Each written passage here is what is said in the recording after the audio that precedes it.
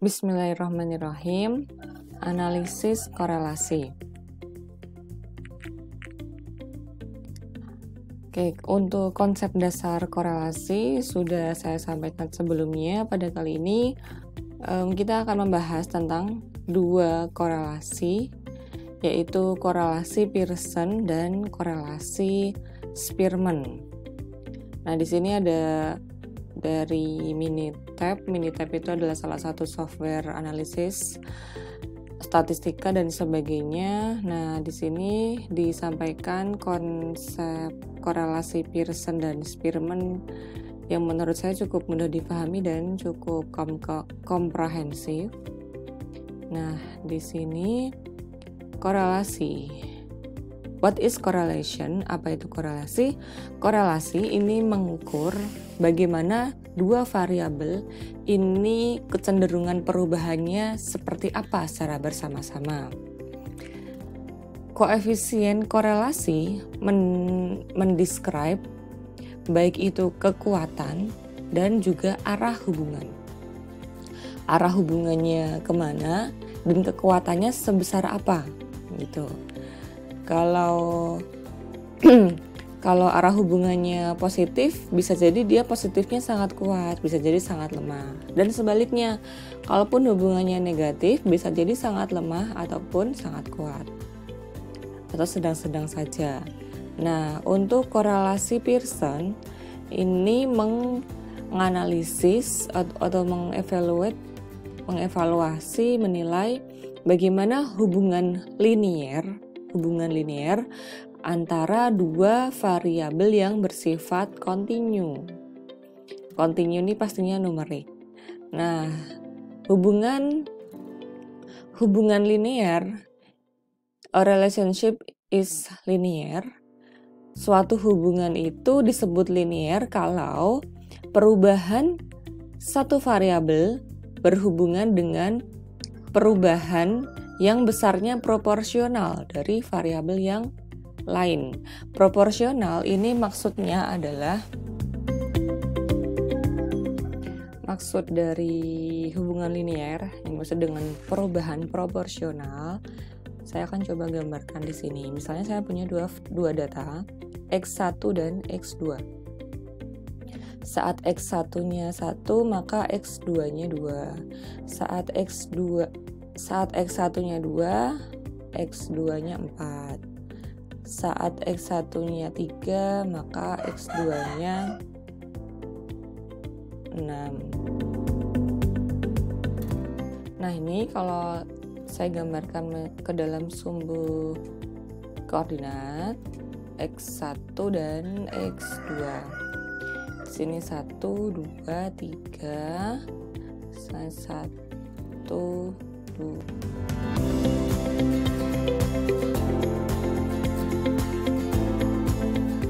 Oke, saat X1-nya 1, X2-nya 2. X1-nya 2, X2-nya 4.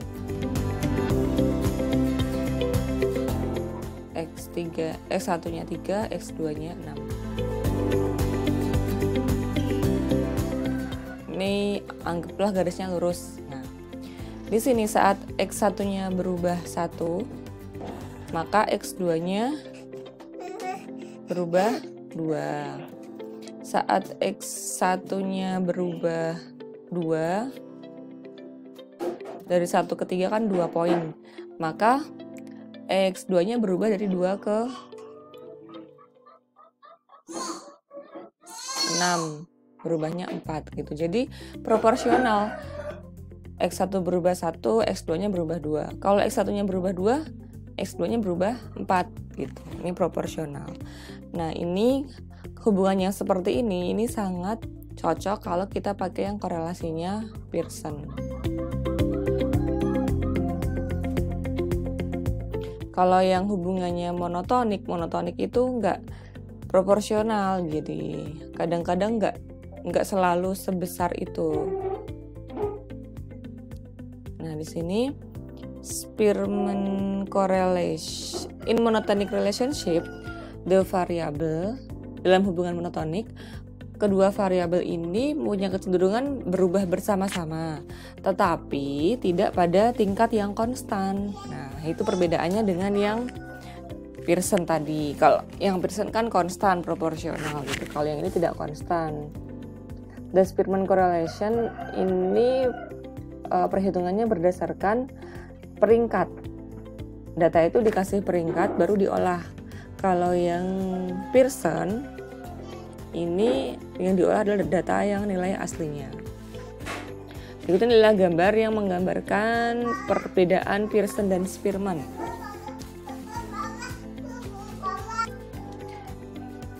Sebelum membahas ini, saya akan menegaskan terlebih dahulu tentang nilai koefisien korelasi yang antara negatif 1 sampai dengan positif 1. Ini nilai korelasi antara positif 1 sampai dengan antara negatif 1 sampai dengan positif 1. Ini nilainya, garis bilangannya nilai 0. Kalau nilai korelasi nilainya sama dengan 0, maka tidak ada hubungan linear antara dua variabel. Pakai Pearson, atau tidak ada hubungan yang bersifat monotonik kalau kita pakai korelasi Spearman. Nah, kalau nilainya positif 1 atau negatif 1, berarti dia korelasinya kuat. Kalau dia nilainya positif 1 atau negatif 1, berarti dia nilai korelasinya kuat. Kuat itu bisa berarti positif atau negatif gitu. Jadi walaupun hubungannya itu negatif, itu bisa jadi kuat. Nilai negatif tidak berarti lemah di sini. Gitu. Sebagai indikator adalah intinya nilainya itu kalau mendekati positif 1 atau negatif 1, maka dia kuat. Nah, hubungan positif itu kalau pola datanya dia ke kanan atas. Ini hubungannya positif, tapi kalau hubungannya itu ke kanan bawah, dia pola hubungannya negatif. Nah, ini harus difahami dulu konsepnya sini. Kemudian kita akan membandingkan antara nilai Spearman dan Pearson ini dalam gambar seperti apa. Kalau gambarnya itu lurus terus, ini lurus terus, itu maksudnya adalah lurus banget. Ini nanti nilai Pearson sama Spearman-nya dia akan positif 1 karena dia ke kanan atas. Kalau nilainya ke kanan bawah dan lurus terus, maka dia dan lurus, benar-benar lurus seperti garis linear, maka Pearson dan Spearman-nya dia negatif 1. Nah, berbeda kalau bentuknya seperti ini. Di sini nilainya Pearson tidak positif 1, tapi masih sangat mendekati 1 ya, 0,8. Kan mendekati 1. Dan ini Spearman-nya dia masih 1. Karena apa? Karena ini hubungannya ini memang nggak linear. Tetapi dia ada kecenderungan bergerak bersama ke arah positif, ke kanan atas. Dia hubungannya Spearman-nya ini ada. Dia bersifat monotonik. Ada kecenderungan bergerak bersama-sama ke kanan atas, tapi tidak bergeraknya itu tidak konstan. Nah, kalau yang garis linear ini kan bergeraknya dia konstan. Gitu. Kalau yang ini nggak konstan. Kadang-kadang saat variabel yang mendatar ini bergeraknya itu sedikit, maka variabel yang vertikalnya dia naiknya tuh banyak. Tapi ada kalanya saat variabel mendatarnya ini bergeraknya dengan jumlah yang sama dengan yang di sini, tapi dia naiknya tuh nggak banyak gitu, jadi kan nggak konstan. Dia hubungannya tuh positif ke kanan atas gitu ya naik, tapi dia nggak konstan. Kadang-kadang naiknya banyak, kadang-kadang naiknya sedikit, kadang-kadang malah nggak bergerak sama sekali, tapi masih bergerak tapi sedikit gitu ya ke atasnya gitu. Nah, ini Spearman-nya masih 1, tapi Pearson-nya udah nggak 1 karena dia nggak linear, pure. Nah, kalau gambarnya seperti ini, dia nggak membentuk kecenderungan bersama-sama. Dia ini lebih agak ngacak. Nah, kalau hubungannya acak seperti ini, dia mendekati 0. Nih ya, bisa jadi mendekati negatif 0 ataupun positif 0. Yang penting dia nilainya ini mendekati 0. 0,0 ini kan gitu. Nah, kalau hubungannya seperti ini, dia kecenderungannya itu hubungannya negatif ke kanan bawah, tapi nggak konstan perubahannya.